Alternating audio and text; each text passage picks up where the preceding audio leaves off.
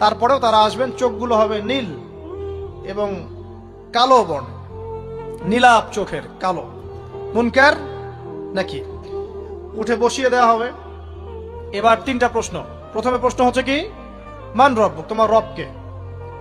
তখন মুমিন বান্দা বুক ফুলিয়ে বলবে রব্বি আল্লাহ, আমার রবকে। তারপরে প্রশ্ন হয়ে যাবে মা দিনুক, তোমার দিন কি ছিল? মুমিন বান্দা উত্তর দিবে কি, দিন ইয়াল ইসলাম, আমার দিন ছিল ইসলাম। এখানে শুনে রাখেন, পৃথিবীতে যারা ইসলামকে পরিপূর্ণ রূপে পালন করবে তারাই এই উত্তর দিতে পারবে ইনশাআল্লাহ। যারা ইসলামকে ঠাট্টা বিদ্রুপের, হাসি তামাশার পাত্র বানিয়েছে, মন চাইলে কিছু করি, মন চাইলে কিছু করি না, সহজগুলো একটু আমল করি, বাকি কিছুর আমল ধারি না, হ্যাঁ, নামাজ পড়ি, সুদ ছাড়তে পারি না, ঠিক আছে, বছর বছর ওমরা করি, এদিকে ঘুষ দুর্নীতি ছাড়তে পারি না, ইসলামকে ঠাট্টা তামাশার পাত্র বানিয়েছে, এরা কোশ্চিনকালে উত্তর দিতে পারবে না মা দিনুক, দিনে পরিপূর্ণরূপে ইসলামে প্রবেশ করতে বলেছেন আল্লাহ রাব্বুল আলামিন। যারা পরিপূর্ণরূপে ইসলামে প্রবেশ করবে এবং ইসলামের প্রতিটা মৌলিক বিধান মেনে চলবে, ইনশাআল্লাহ তারা এর উত্তর দিতে পারবে। এরপরে আসবে তৃতীয় প্রশ্ন। নবী সাল্লাল্লাহু আলাইহি ওয়াসাল্লামকে দেখানো হবে। যখন দেখানো হবে তখন সূর্য যখন ডুবে যায়, যে দৃশ্যটা আমরা দেখতে পারি না, ওই দৃশ্যটা ভেসে উঠবে এবং মুমিন বান্দা অস্থির হয়ে যাবে, বলবে আমাকে ছেড়ে দাও, আমি নামাজ পড়বো। সুবহানাল্লাহ।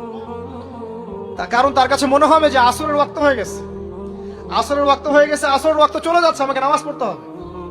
চিন্তা করেছেন? ওই যে একটা হাদিস আছে না, যে 7 শ্রেণীর মানুষকে আল্লাহ রাব্বুল আলামিন আরশের ছায়া দিবেন। তার মধ্যে এক শ্রেণীর মানুষকে, যার অন্তর মসজিদের সাথে ঝুলে থাকে, তার মন মসজিদের সাথে ঝুলে ছিল, এই সূর্য ডুবে গেল বলে আমাকে ছেড়ে দাও, আমি নামাজ পড়তে যাব।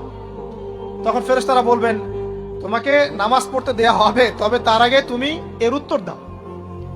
কি উত্তর? এই ব্যক্তির দিকে তাকাও। তখন নবী সাল্লাল্লাহু আলাইহি ওয়াসাল্লামকে দেখানো হবে, সাল্লাল্লাহু আলাইহি ওয়াসাল্লাম দরুদ পড়বেন। বলা হবে যে এই ব্যক্তির সম্পর্কে তোমার কি ধারণা? মান হাযা রাজুলু বুইসা ফীকুম, এই ব্যক্তি কে, যাকে তোমাদের কাছে পাঠানো হয়েছিল? মুমিন ব্যক্তি নির্দ্বিধায় বলে দিবে যে তিনি হচ্ছেন আমার নবী মুহাম্মদুর রাসূলুল্লাহ সাল্লাল্লাহু আলাইহি ওয়াসাল্লাম। দেখুন, পৃথিবীতে যে বা যারাই নবী সাল্লাল্লাহু আলাইহি ওয়াসাল্লামের সুন্নতের উপর আমল করবে, ইনশাআল্লাহ সে তার উত্তর দিতে পারবে। দুনিয়াতে যারা নবীর সুন্নতের 5 পয়সা পরোয়া করছে না, তার আদর্শের 5 পয়সা দাম দিচ্ছে না, তারা কোশ্চিন কালে উত্তর দিতে পারবে না। নাম হতে পারে আব্দুর রহমান, আব্দুর রহিম, নবীর সুন্নতের ধার ধারে না, তারা উত্তর দিতে পারবে না।